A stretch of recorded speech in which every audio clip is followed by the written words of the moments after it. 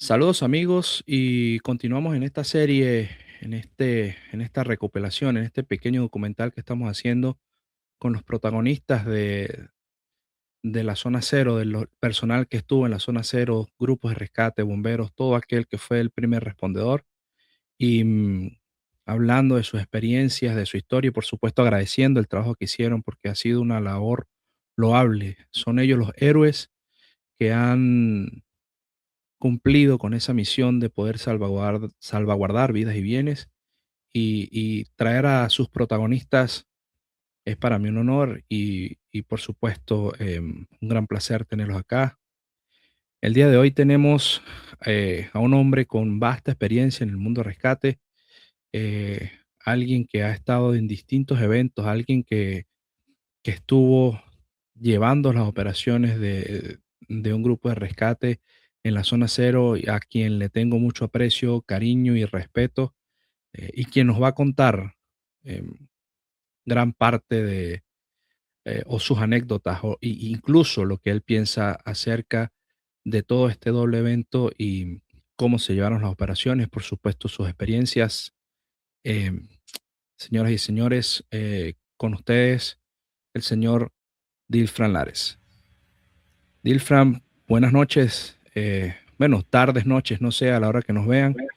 Bienvenidos a este tu espacio, bienvenido a este tu canal, porque Entre Fuego y Vaina es un canal que fue creado para el humor, pero en vista de esto, siento la responsabilidad social de que quienes nos siguen vean el rostro de los verdaderos héroes y, por supuesto, conversar acerca de su experiencia y el impacto tan grande de este evento en la vida del venezolano. Dilfran, buenas noches. Buenas noches, Luciano.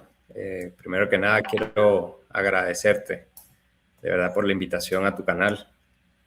Teníamos tiempo que no nos veíamos, pero realmente Bastante. sigue siendo un gusto verte nuevamente.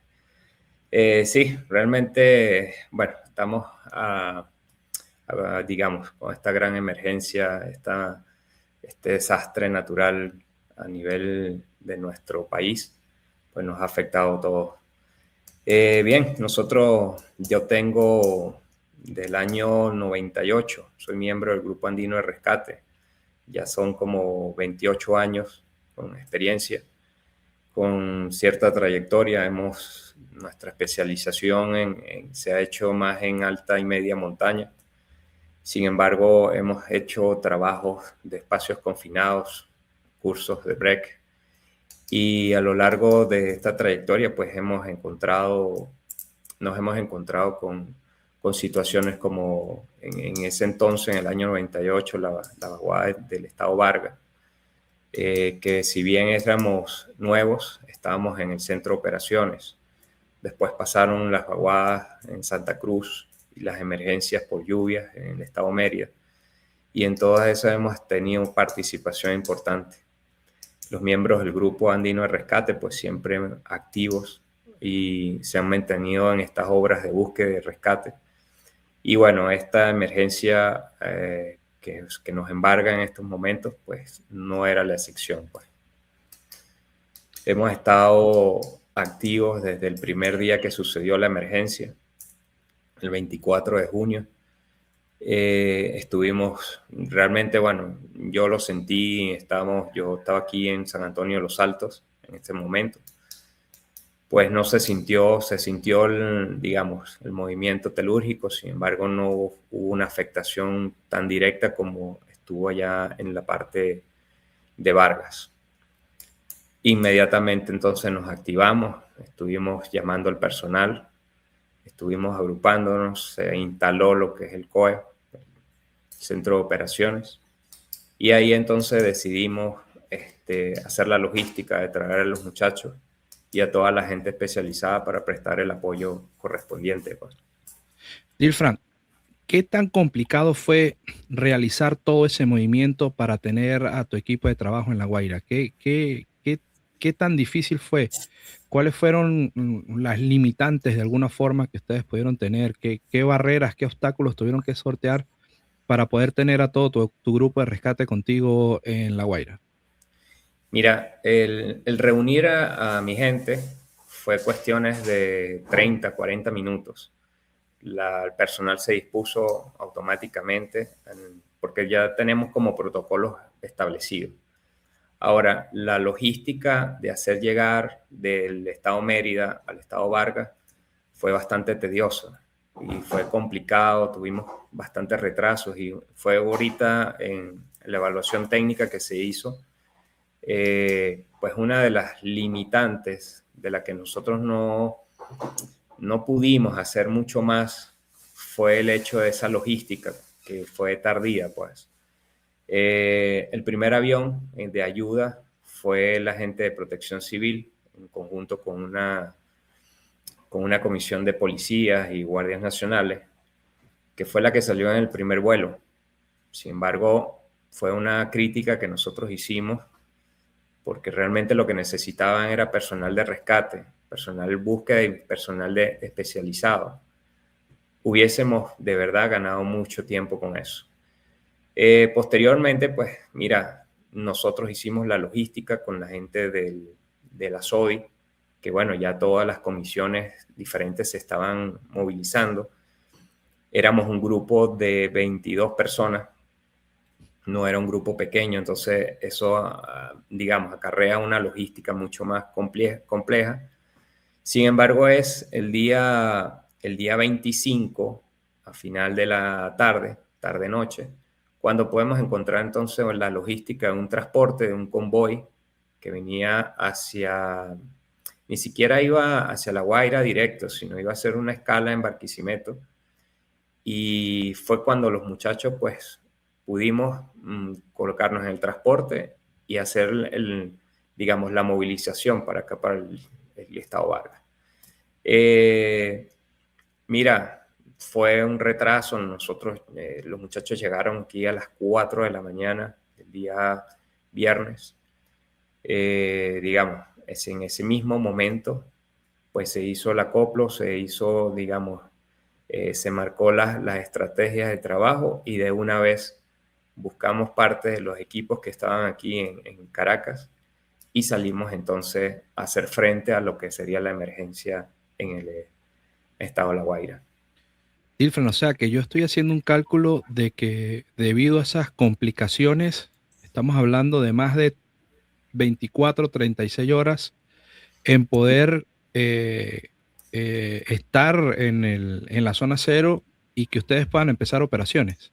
Sí, eso fue correcto. Eso también se colocó dentro del trabajo que estamos tratando de entregar a lo que sería Protección Civil, porque nosotros tardamos 24 horas en llegar al sitio, 24 horas que no tenía la gente en ese momento o que estaban necesitando urgentemente que estuviéramos ahí. Eso hubiese sido, digamos, recuerda que para este tipo de emergencias, las primeras 72 horas son cruciales. Nosotros llegamos ya a las últimas 48 y sin embargo nos costó ubicar porque no había, digamos, un proyecto, una directriz en el centro de operaciones del sitio, pues había muchas zonas que no habían sido abarcadas, faltaba personal, no sabían qué tipo de personal estaba llegando y faltaba ese tipo de organización. Todo eso hizo un retraso que, digamos, cada minuto contaba. Totalmente. Nosotros llegamos en ese momento, llegamos como cerca de 10, 11 de la mañana, llegamos abajo porque habían restricciones para bajar, todavía, digamos, había gente que quería ayudar, quería buscar sus familiares, se complicó, había mucho desorden para poder llegar al sitio. Llegamos ahí a lo que sería el centro de operaciones de la policía y ahí entonces nosotros buscamos, fue el sitio donde estaba el centro de operaciones, pero de rescate, de búsqueda y rescate. Eso no, nosotros teníamos solo una unidad que podía movilizar 7, 8 personas, pero con esa unidad fue que pudimos hacer contacto con la gente de Protección Civil Nacional, y fue la unidad donde nos pusimos a la orden. Difra, yo quiero redundar un poco en este tema. Yo quiero saber, ya ustedes, una vez están con esta unidad que empiezan a trabajar, ¿cómo se organiza la coordinación con los distintos entes que estaban allí laborando? Llámese ejército, llámese bomberos, llámese protección civil, llámese organismos internacionales. ¿Cómo se organiza todo eso y hasta qué punto ustedes piensan que esa organización hizo un gran impacto evidentemente, en las operaciones de búsqueda y rescate? Porque tenemos que ser honestos que en las primeras horas, lamentablemente, sucede un fenómeno que nosotros conocemos como el síndrome de la mariposa. Así es. Cada organización no sabe qué hacer, no sabe a dónde va por distintos temas. Entonces, ¿cómo funciona eso allí? ¿Cómo funcionó eso con ustedes allí? Mira, en primer lugar nosotros llegamos a lo que era el centro de operaciones ya de lo que era Protección Civil, donde estaba ahí realmente quien estaba organizado era la Cruz Roja. Estaban llegando las comisiones internacionales, estaban instalándose. La gente de Protección Civil, cuando yo la abarco, me presento con parte de la comisión, nos ponemos a la orden. Pues de ellos estaban era apenas haciendo listas de todo el personal que tenían. Pues había mucha gente de muchas partes, había mucha gente que había utilizado medios propios para poder llegar al sitio. Habían muchos retrasos en muchas llegadas de comisiones. Lo que sí había eran muchísimos policías bueno, una de las cosas que nosotros dijimos, ok, es correcto salvaguardar la seguridad y organizar el tráfico y movilizar gente, pero la prioridad en ese momento debió ser busquen a los sobrevivientes, busquen al personal que está en la zona cero, que tiene probabilidades de vivir. Nosotros ya, por toda una movilización, había gente de nosotros, familiares que tenían gente allá, los mensajes de texto, los WhatsApp, los correos, toda una red, gente que estaba en Mérida en contacto. Determinamos que en ese momento la zona de Caraballeda y Naiguatá estaba desasistida, no había personal de rescate en esa zona. Y es cuando entonces yo le propongo no recuerdo el nombre, había muchos caciques en ese momento.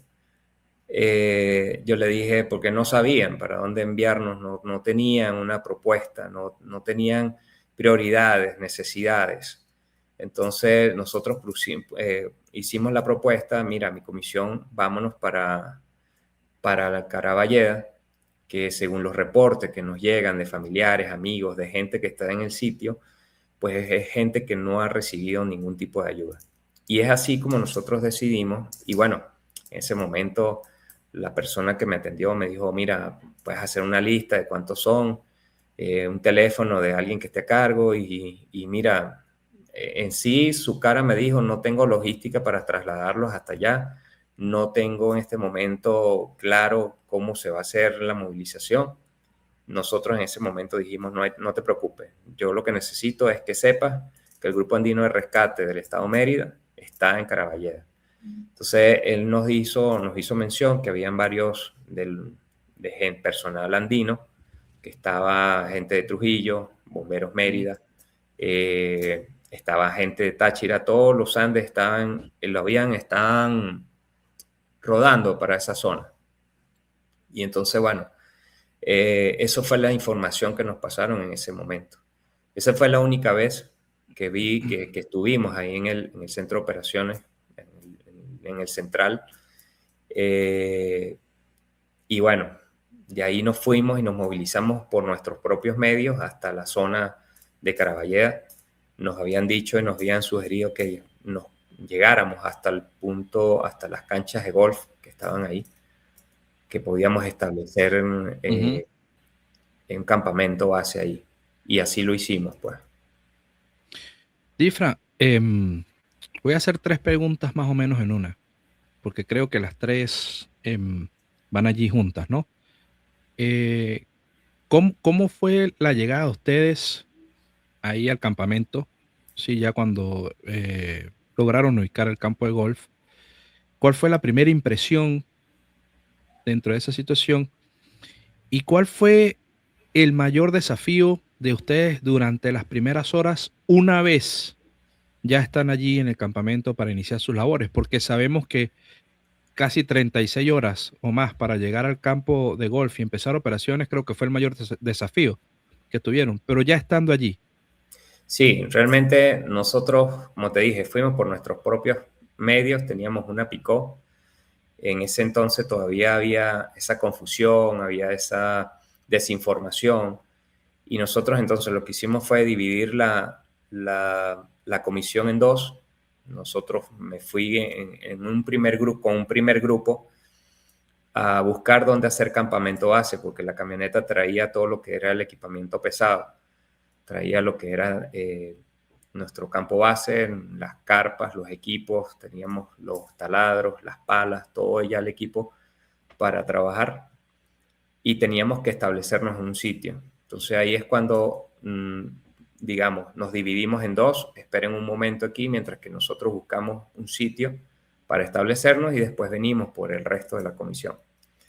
En ese trayecto fueron como 7 de los muchachos, fueron con nosotros, mi persona. Cuando vamos adentrándonos a la zona, cuando pasamos Macuto, empezamos a observar todo lo que sería ya las estructuras. Realmente fue cuando nos dimos cuenta de la magnitud de, del desastre que había. Fue impresionante. No te digo que no. Todos los muchachos, pues hubo entre nosotros mucho silencio, porque para muchos había sido, era la primera vez que veían la magnitud de un desastre natural en vivo, pues.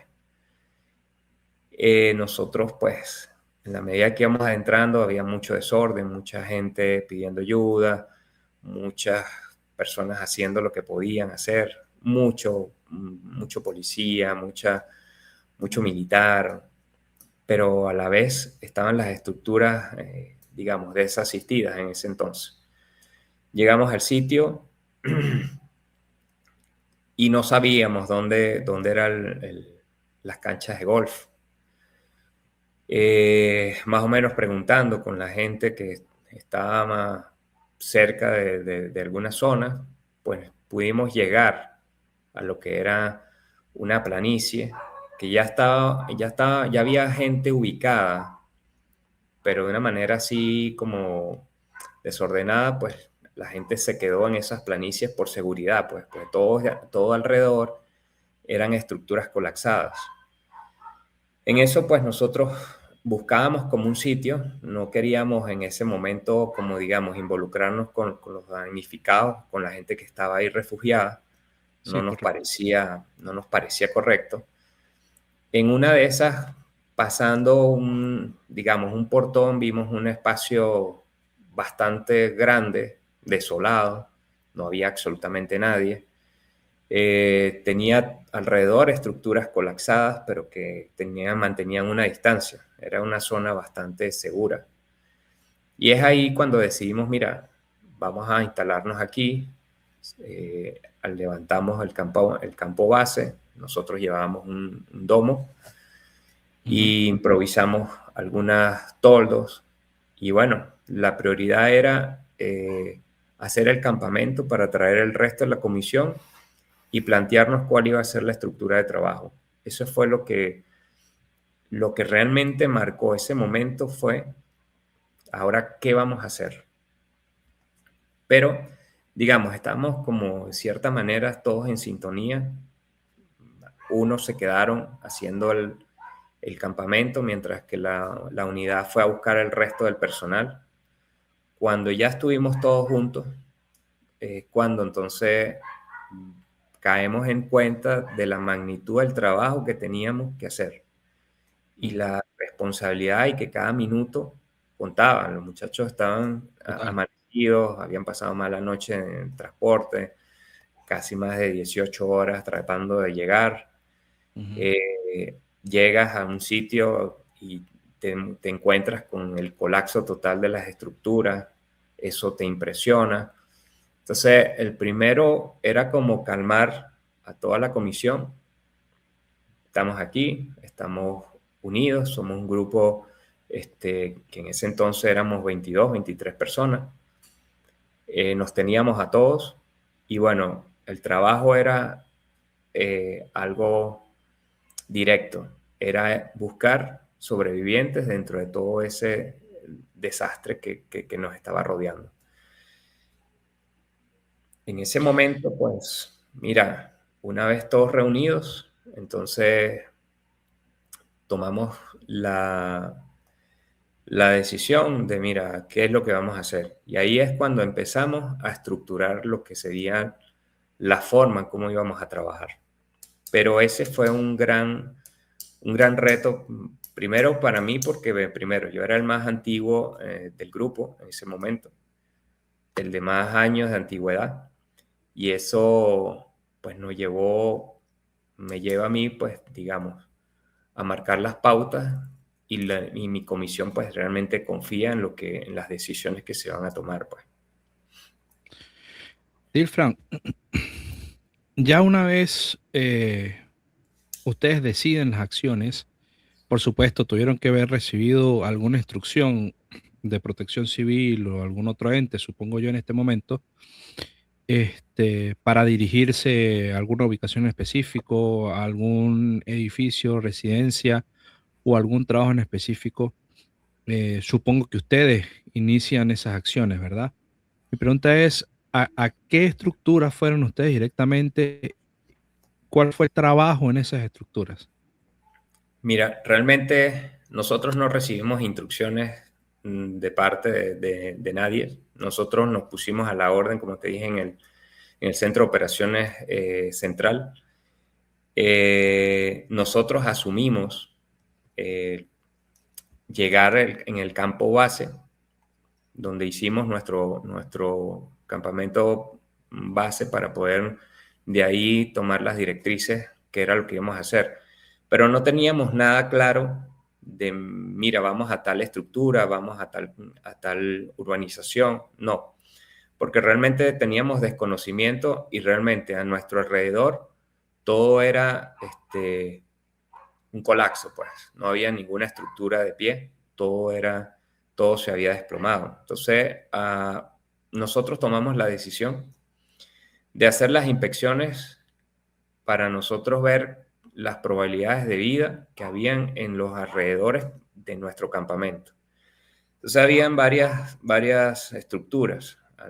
Justamente al entrar había un edificio privado, de uso privado, donde entonces hicimos el primer toque, dividimos las comisiones en 4, porque habían muchísimas estructuras colapsadas alrededor de nuestro campo base. Y lo que queríamos era como ver dónde íbamos a centrar nuestro esfuerzo. Entonces hicimos varios reconocimientos en alrededor, estamos hablando de 2 cuadras de nuestro campo. Hicimos entonces el reconocimiento de las estructuras, vimos qué tan colapsadas estaban, qué probabilidades de vida habían. Empezamos a preguntarles a las personas que sobrevivieron, que estaban ahí, familiares, cuántas personas habían en el edificio, apartamento. Esa información fue recopilada en esas primeras horas de nuestra llegada. Y fueron aproximadamente 4 comisiones. Hicimos contactos con otras comisiones como Bomberos Mérida, bomberos universitarios también estaban ahí. Ellos habían ya asumido una estructura, pero ellos eran 5 personas, 6 personas. Nosotros teníamos como mayor número, pues. De toda esta evaluación, pues nos fuimos entonces a estructuras donde había mayor cantidad de familias, de mayor cantidad una posibilidad mayor de encontrar a alguien con vida, Y es Ujú. cuando entonces nos ubicamos en la OPP 22.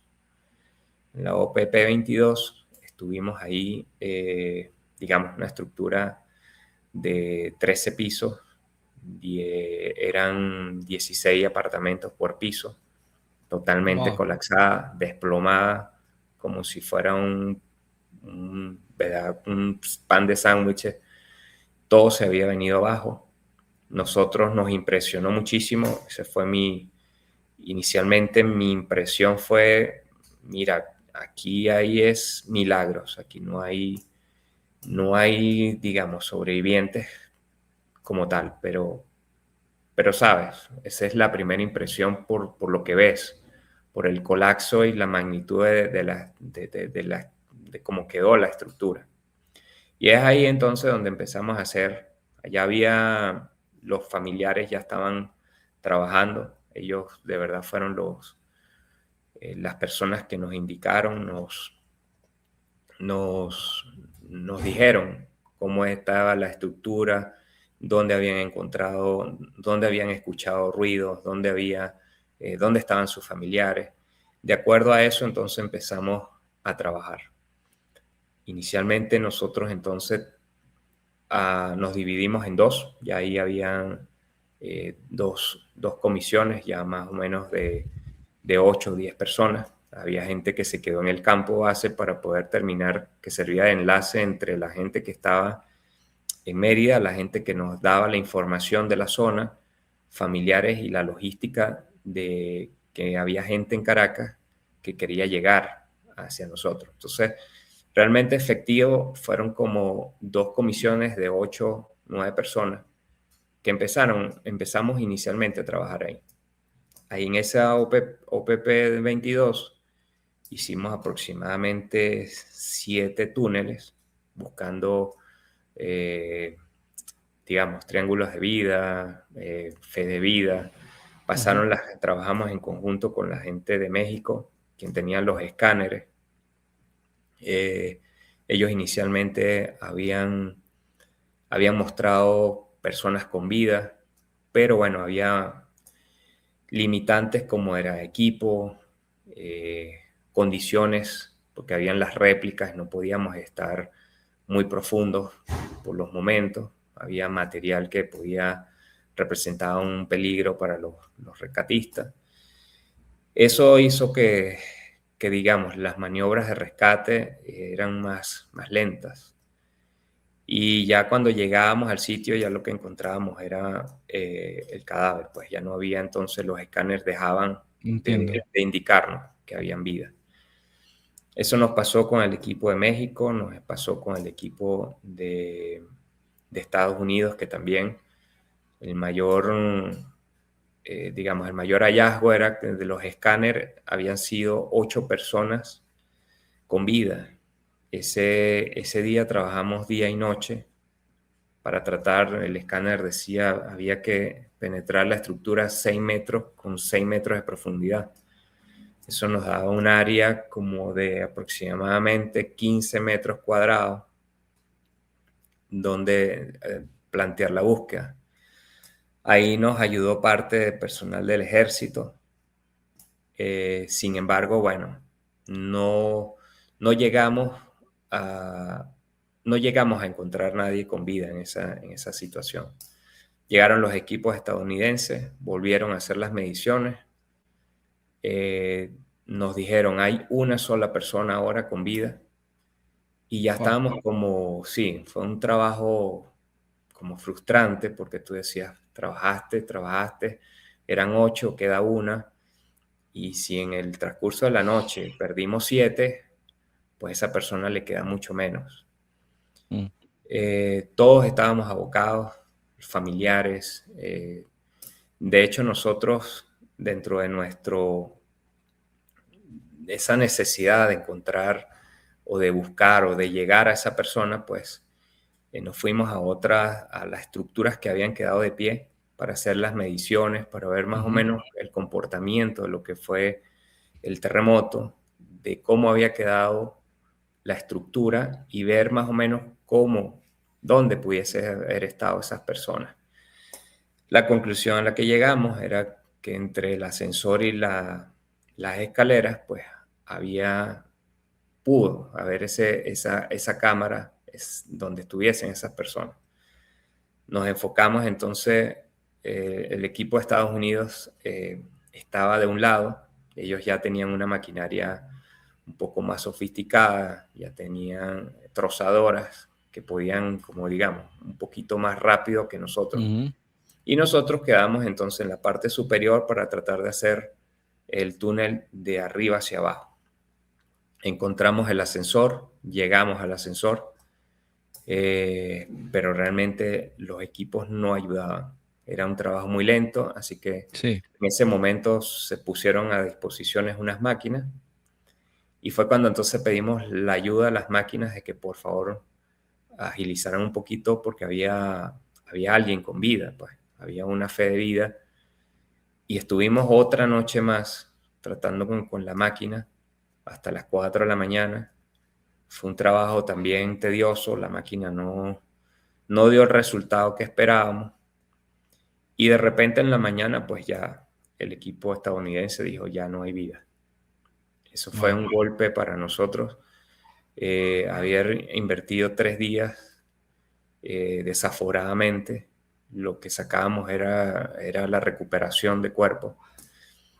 Y se nos fueron 3 días tratando de dar con el grupo de 8, que al final no encontramos dónde estaba la cámara, no encontramos los cuerpos, los estadounidenses se retiraron eh, y fue bastante frustrante. Ahí hubo compañeros que colapsaron por golpes de calor, compañeros que se sentaron, digamos, nos afectó la parte emocional porque habíamos puesto empeño para poder salvar a esas personas y dada, bueno, circunstancias de equipo, tiempo, condiciones, pues mira, no pudimos llegar y de verdad eso para muchos no, fue fuerte esa experiencia. Fíjate, Ilfran, para allá iba yo en este momento, ¿no? Fíjate toda la historia que nos estás dando eh, referente a las dificultades que tuvieron para hacer su trabajo en tiempo, en equipo, en organización, en otros factores que tal vez son variables intervinientes más no dependientes de ustedes, ¿no? Eh, pero en base a eso, y fíjate, después de tanto trabajo y tanto esfuerzo, de alguna otra forma, llevar esa frustración, ¿cómo ustedes como grupo, primero como grupo y luego en lo individual, cómo pueden manejar emocionalmente todo lo que sucedió ante la pérdida de tantas vidas con un evento de esta magnitud? Sí, como te dije, parte de la comisión era joven. Después llegaron los compañeros que eran contemporáneos conmigo, que tenían años ya de experiencia, ya habían manejado situaciones difíciles. Eh, ya éramos ya 33, 34 personas. Sin embargo, momentos de esta frustración era mucho de reunirnos, conversarlo, tratar digamos, de internalizar de que estamos haciendo lo que humanamente estaba a nuestro alcance. O sea, no podíamos, queríamos sacar gente con vida, queríamos, digamos, salvar a todo el mundo, pero la realidad es que teníamos muchas limitaciones. La magnitud de la emergencia no permitía que fuera una cuestión de entrar y salir. Había muchísimos edificios colapsados, muchísima gente pidiendo que ayudaran a sus familiares que estaban ahí. Y que bueno, nosotros lo que podíamos humanamente hacer era centrarnos en una sola petición, trabajar como equipo, aplicar nuestros conocimientos y ayudar humanitariamente también a esos familiares.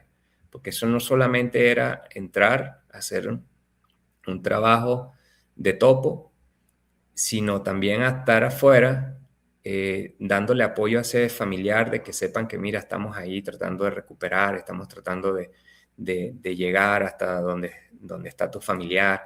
Eso fue un trabajo constante. Entonces, no solamente lidiabas con la situación externa, con la emergencia como tal, lidiabas también contigo mismo por la frustración de no tener equipos, de no avanzar rápidamente, de no lograr objetivos que te habías planteado.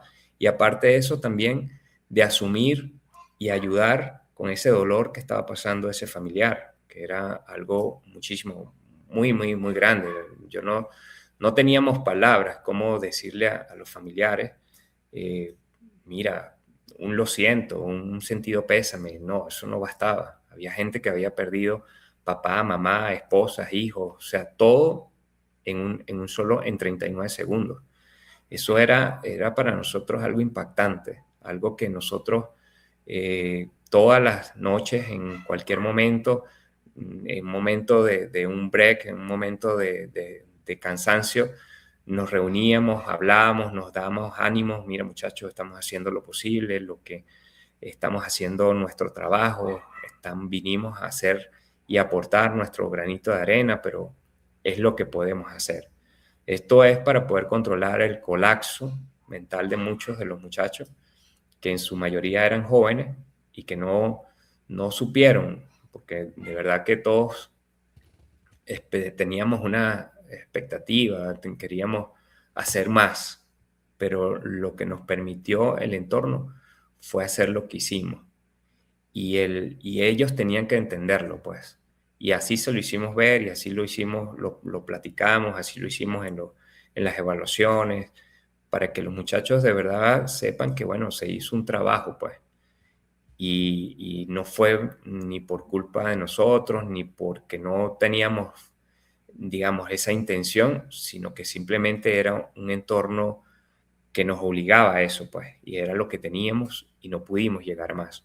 Pero sí fue una situación bastante difícil manejarla como grupo, a título personal, pues sí, hay momentos en que te tienes que retirar, respiras, te desahogas, entiendes, te das tu palmada en el hombro y Y te continúa. sacudes y sigues hacia adelante, ¿me entiendes? Porque resulta que en Sí, ese momento estás para dar apoyo, no para que te den ese apoyo a ti. Si tú estás ahí para ayudar, estás para acompañar, estás para hacer. Pero también somos, digamos, esa parte humana también nos afecta. Nos pudo haber pasado cualquiera. De verdad, el dolor que se sintió y que se vivió ahí es algo que no se puede describir con palabras. Todas esas personas con la esperanza de encontrar sus familiares vivos, y que no hablamos de uno, hablamos de tres, cuatro, cinco. Habían personas que tenían 7 familiares ahí metidos en wow. un solo apartamento. Eso nos movió muchísimo. Nos tocó tener que hacer nuestra propia terapia para poder continuar con la labor que estábamos haciendo. Fíjate, Irfan, hay algo bien interesante de lo que estás tocando aquí, ¿no? En este momento aclaras el hecho de que el rescatista, el bombero, el respondedor está allí para ayudar, para hacer la primera respuesta, para poder cumplir con esta misión, ¿no? Sin embargo, en un punto se dejó ver el, el valor del venezolano, el valor del venezolano de a pie, el valor del venezolano que jamás había tocado una herramienta por cualquier circunstancia, un niño, un joven, eh, mucha gente se abocó de alguna otra forma a poner las manos en esta emergencia, a mover una piedra, a mover una roca y hacer de alguna otra forma parte, o ser, perdón, de alguna otra forma parte de estos grupos de tarea, de estos grupos de trabajo que estaban allí laborando. Entonces, yo quiero saber cómo fue esa conexión con esa gente, Dilfra. Mira, realmente algo que debo reconocer, aparte de la gran labor que hizo mi grupo y toda esa gente que participó en esta recuperación, en la emergencia, y que aún todavía hay gente ya eh, dándolo todo, es ese valor humano que hizo aflorar esta emergencia. Todas las personas, todas, de verdad que hubo algo increíble que yo dije, esa humanidad existe, esa parte sensible todavía está ahí. Fue todas esas personas abocadas a ayudar, que era algo tan importante. O sea, desde aquella persona que estaba apuntalando conmigo a mi lado, metidos 6, 7 metros abajo, hasta la persona que estaba arriba pendiente que, mira, llévenle una botellita de agua, tome agua para los muchachos. Toda esa humanidad que se vio, de verdad es algo que es admirable. El venezolano se abocó a ayudar a aquella persona que estaba en desgracia. Lo vimos con las mismas personas afectadas, personas que nos ayudaron en un momento dado, personas que nos preguntaron, muchachos, ¿ya comieron? Y eran los mismos damnificados que estaban ahí esperando por su familiar. Esas palabras de aliento que decían, gracias muchachos, porque ustedes son los únicos que están aquí, que han estado acompañándonos, que están aquí apoyándonos. Esas palabras, así como todas esas personas a nivel nacional, internacional, nosotros recibimos una cantidad de llamadas, una cantidad de apoyo, o sea, increíble. O sea, yo nunca había vivido esa experiencia. Todas las personas, eh, todas mis amistades, todo el personal que tuviera relación con el grupo, de una u otra manera apoyaba, ya sea con dinero, ya sea con logística, ya sea con recursos, ya sea con la comida. Llegó un momento en que mira, ahí no faltó absolutamente nada. Y la voluntad del pueblo, la voluntad de las personas, la voluntad del venezolano se hizo sentir y de verdad hay que reconocerlo. Yo me quedé con esa experiencia porque de todo esto hay que sacar lo que uno aprendió y lo que uno no debe olvidar. Y parte de eso es esa que todos tenemos, esa parte humana que aflora en una adversidad con esta magnitud. Y de verdad, felicito a toda la gente que se abocó a ayudar, tanto a los rescatistas, a la gente que estuvo ahí humanamente ayudando, que sin conocimiento o con conocimiento, a mover una piedra, aunque sea llevar el agua, a llevar un caramelo para aquella que no se desmayara, para que no, aunque sea una cobija, un abrazo, toda esa gente que estuvo ahí apoyando en esa situación de desgracia, de verdad hay un agradecimiento enorme y que no hay que olvidar que eso nos caracteriza y nos hace ser humanos, de verdad. Ujú. Eso es algo que nos quedamos y nos llevamos de ese sitio, porque fue algo que para nosotros fue nuevo. Nosotros llegó un momento que, como te dije, llegaba gente a nuestro campamento, llegó un momento que todos los carros llegaban ahí y dejaban cualquier cosa. Y nosotros llegó un momento que teníamos tantas cosas que teníamos que salir en la madrugada o en la noche a repartir eso para que no se dañara. Pero mucha gente, muchísima gente, y te digo, muchísima gente se abocó a que no faltara nada. Te estoy hablando desde aquel macro que puso, mire, comandante, aquí tengo una máquina a su disposición. Hasta ese nivel se llegó a que teníamos Mm, retroexcavadoras que excelente. decíamos, mira, vamos a hacerlo por aquí, por este lado. Gente que se ponía de acuerdo, como tan sencillo como la parte médica, esos doctores, esos enfermeros que recorrían la calle, que mientras que uno estaba Mm, reposando, te tomaban la atención, te daban una pastilla, te dan bebidas isotónicas para poder mantenerte hidratado. Toda esa gente como equipo abocado a estas necesidades, a poder apoyar a estas familiares por una causa de sacar tanta gente que falleció.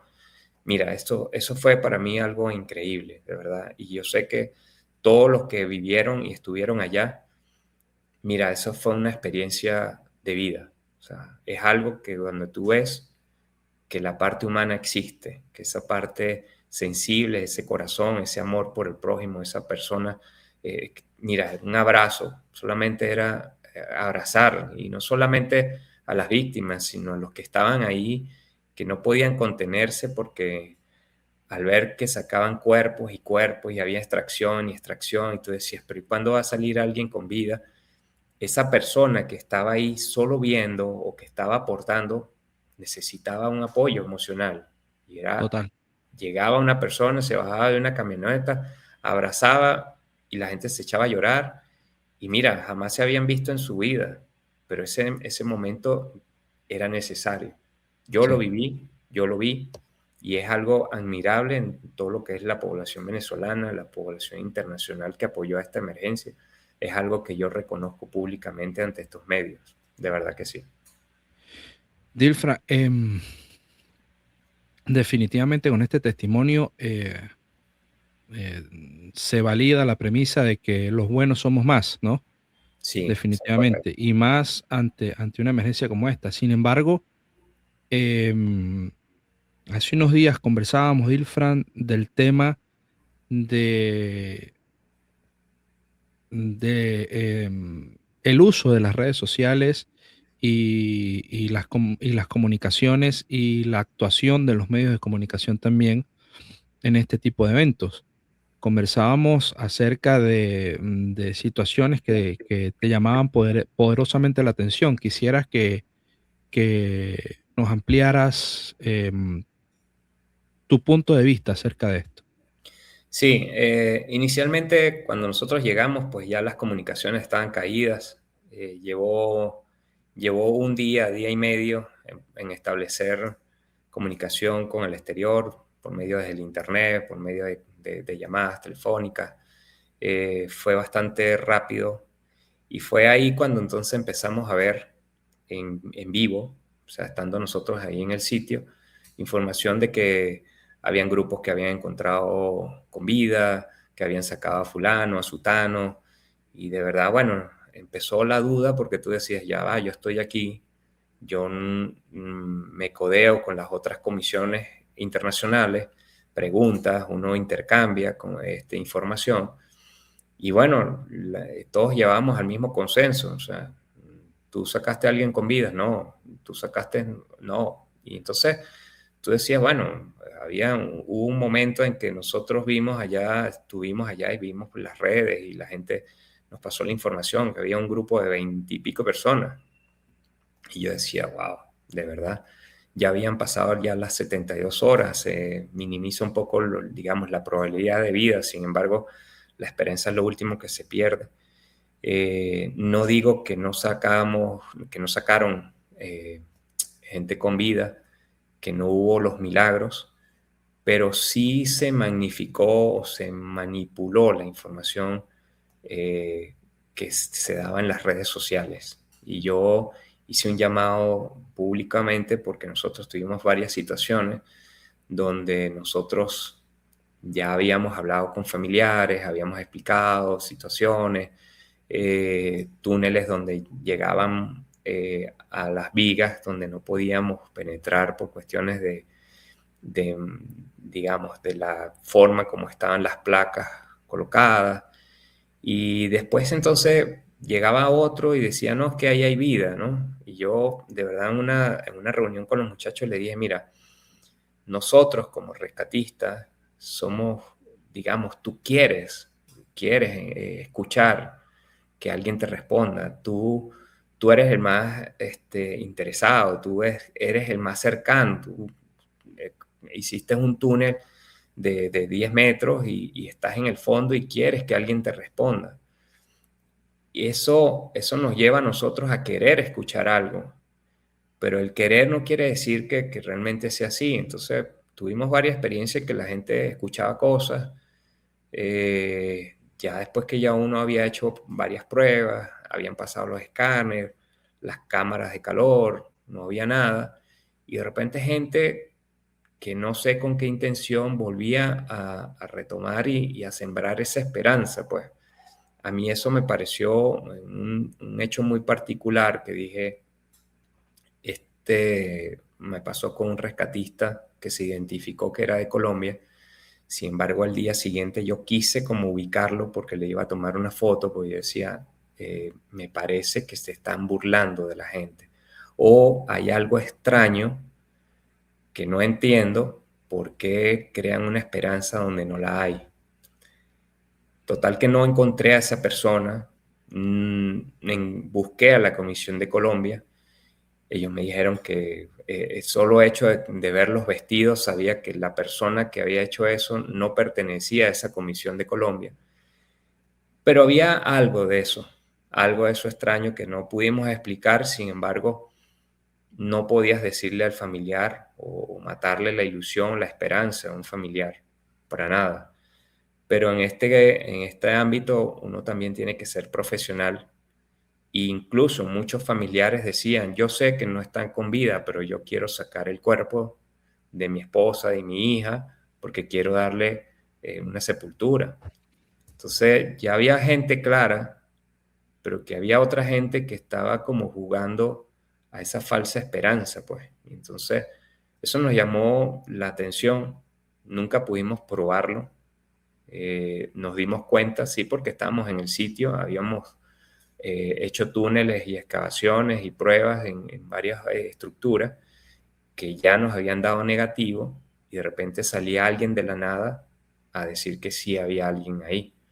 Entonces, creo eso también lo vimos en las redes sociales con varios casos que lo hicieron, digamos, lo hicieron información mediática, y eso es toda la parte publicitaria y toda esa parte de esa información se abocó a esos casos en particulares, donde ya nosotros, ya al tercer, cuarto día, ya habíamos desistido porque ya sabíamos o habíamos evaluado o ya habíamos aplicado un criterio donde no habían vida.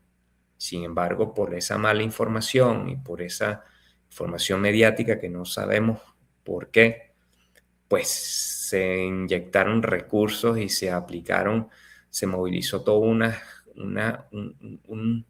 personal que pudo haber estado en otro sitio por estas mismas razones, porque digamos, la información de las redes sociales presionó mucho, eh, jugó un papel medio macabro desde mi punto de vista, que no sabemos cómo y por qué, pero hubo mucho de eso.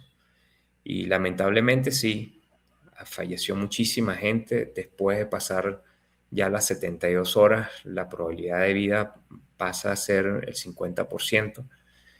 Y por las condiciones en que estábamos en costa, estábamos en un calor abrasador de 37, 38 grados centígrados. Y bueno, las estructuras colapsaron de una manera muy particular, y todo eso iba, digamos, mermando esa fe de vida.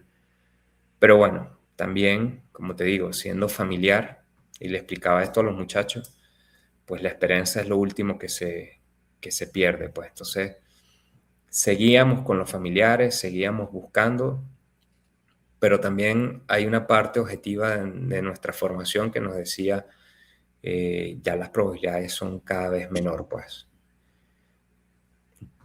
Dilfra, ya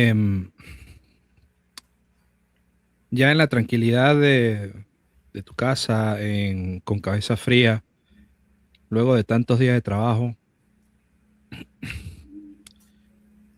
¿y ahora qué? Sí. ¿Qué le toca al país? ¿Qué le toca a las instituciones que se encargan de este tipo de trabajo? Porque, y lo he dicho en otras entrevistas, este punto es muy importante.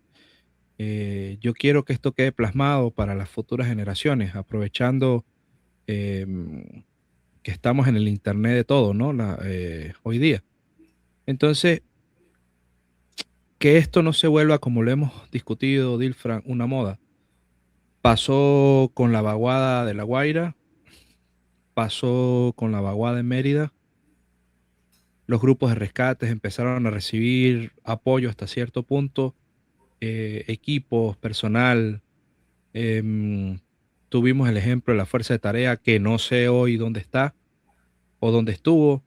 Em, Todo esto o todo eso en ese momento fue una moda a partir de la desgracia. ¿Qué tenemos que hacer como pueblo, como organización? ¿Qué se debe hacer en el futuro hablando desde el punto de vista de la gestión de riesgos, hablando, por supuesto, desde el punto de vista institucional y, y en tu caso, eh, si deseas hacerlo, hablarlo desde el punto de vista humano también.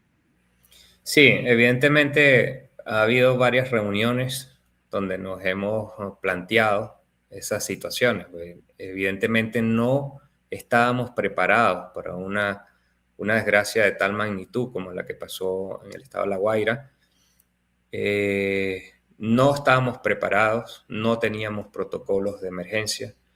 La gestión de riesgo existe, sin embargo, yo siento como personal de rescate que hubo muchas fallas, muchísimas fallas de parte de las instituciones que le compete asumir la responsabilidad de esta magnitud.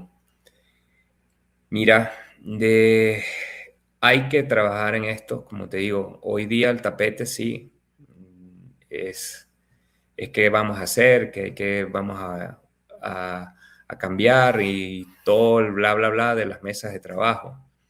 Pero estamos claros que la experiencia nos ha dicho que eso ya con el pasar de 1 o 2 años se pierde, se olvida y tenemos que estar, digamos, volvemos de cero cada vez que pasa una desgracia de esta magnitud. En estos momentos ya hay otras magnitudes de problemas, como es cómo se va a recuperar todo el estado de La Guaira, a dónde va a ir todas esas personas, porque no son solamente las personas directamente afectadas, sino son las otras que fueron desocupadas, porque Sí, las que son estructuras, dos realidades distintas, perdona sí, que te interrumpa. así es. Entonces, ya la gente pues ha mermado las donaciones, las ayudas, y resulta que, bueno, ya se está sintiendo porque ya la gente sigue estando en los refugios, sigue estando en situación de calle, y ya la cuestión se va olvidando, cada quien está retomando sus actividades. Ujú. Por decirte un ejemplo, ya las máquinas que estaban en tema de donación, pues ya la están subiendo. ¿Por qué? Porque esa gente tiene que trabajar, tiene que producir y mientras tanto, bueno, ya están dejando atrás a esas personas allá abajo. Eso lo estamos viendo y eso nos va a traer un problema social que ¿dónde va a ir toda esa gente? Unos hablan de que se va a construir, se va a reconstruir La Guaira, otros dicen que eso no se puede hacer porque eso es, ya lo habían advertido en la vaguada en el año que pasó. Ahora, nos toca un trabajo, sí, de tratar de aprender de toda esta experiencia. Y nosotros, o sea, hablo nosotros como Grupo Andino de Rescate, evaluamos qué es lo que falló y qué es lo que podemos mejorar. Evidentemente, hay limitaciones económicas, sociales, hay jerarquías de mando, hay protocolos, hay entidades, hay instituciones eh, que, digamos, pone un poquito más difícil todo este proceso. Pero a nivel macro, la propuesta es, tiene que haber un plan de contingencia, tiene que haber un plan de respuesta, tiene que mejorarse los tiempos de respuesta, la logística, debe haber digamos, el equipamiento de todos los grupos de rescate de Eso es especializados. indispensable. Eso Eso es indispensable. es algo que se vivió, o sea, nosotros dependíamos netamente de grupos internacionales para poder escanear si habían vidas o no.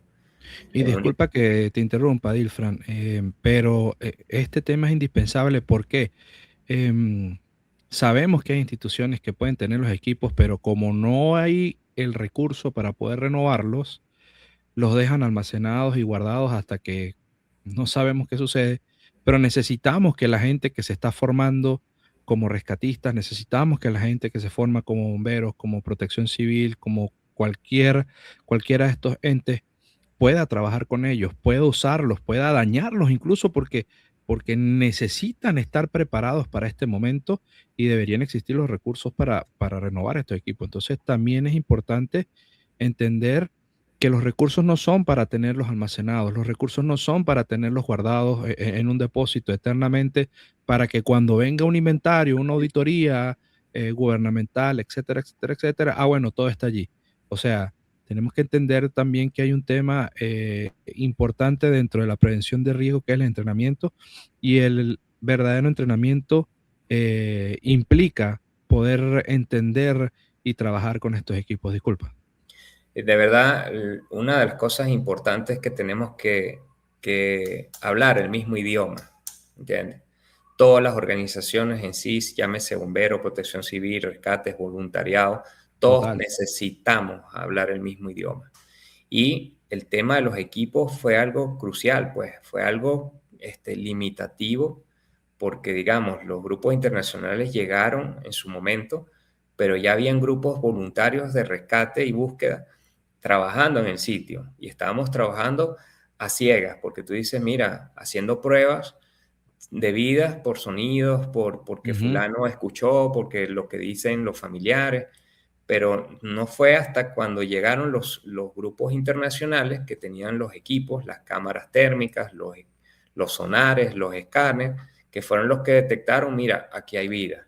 Entonces, ¿por qué tenemos que estar a expensa de otros si pues, tenemos la voluntad y el recurso humano? Tenemos, es que equiparnos, necesitamos el apoyo, la instrucción, o sea, necesitamos organizarnos para poder entonces así, mira, yo vi cómo el equipo español y el mexicano y el canadiense y el inglés hablaban el mismo idioma y todos se entendían. Y cuando veías los equipos eran exactamente igual en todos. Era la misma, era la misma cámara, los sonares diferenciaban unos que otros por potencia, pero todos tenían el mismo criterio. Apuntalar era la misma técnica de unos que de otros.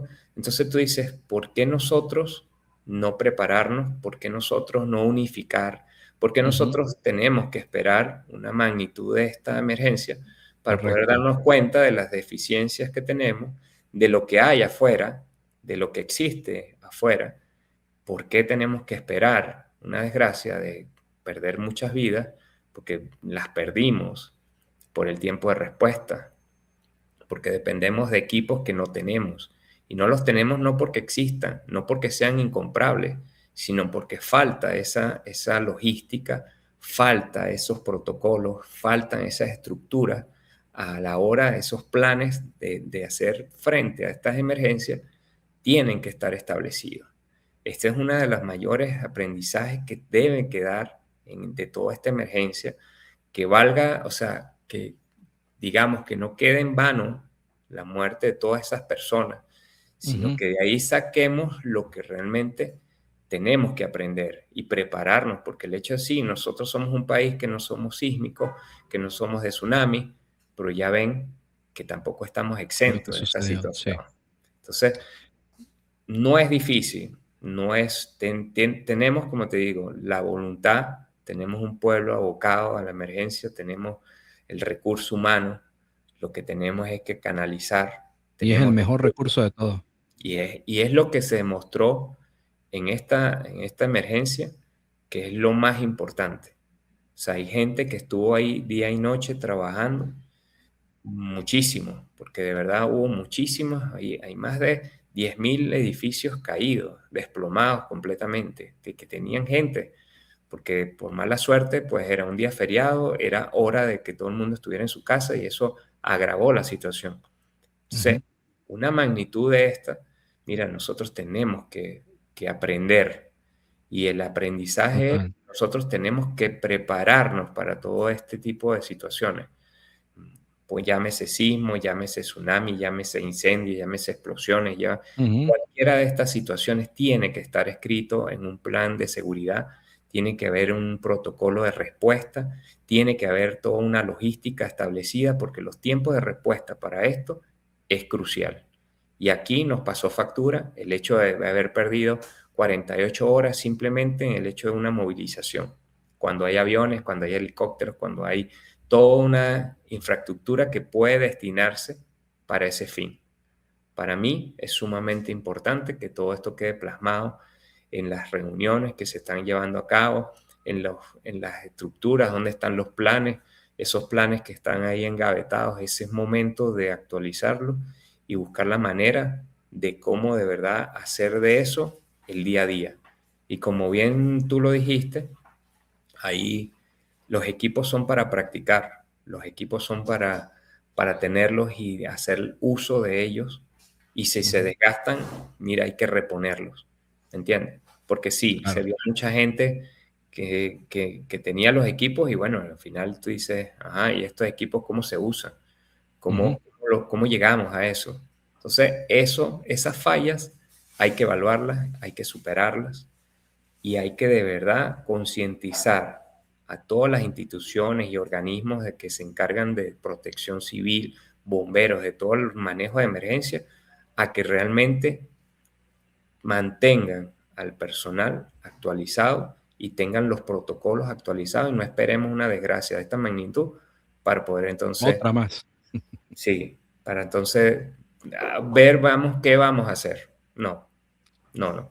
Tenemos que copiar los modelos que ya están establecidos en otros países, que nos llevan una morena, que están preparados Ujú, profesionalmente para asumir ujú. estas emergencias, para ver cómo nos preparamos nosotros, porque nosotros tenemos el personal, nosotros tenemos ese recurso humano. Bueno, Ilfran,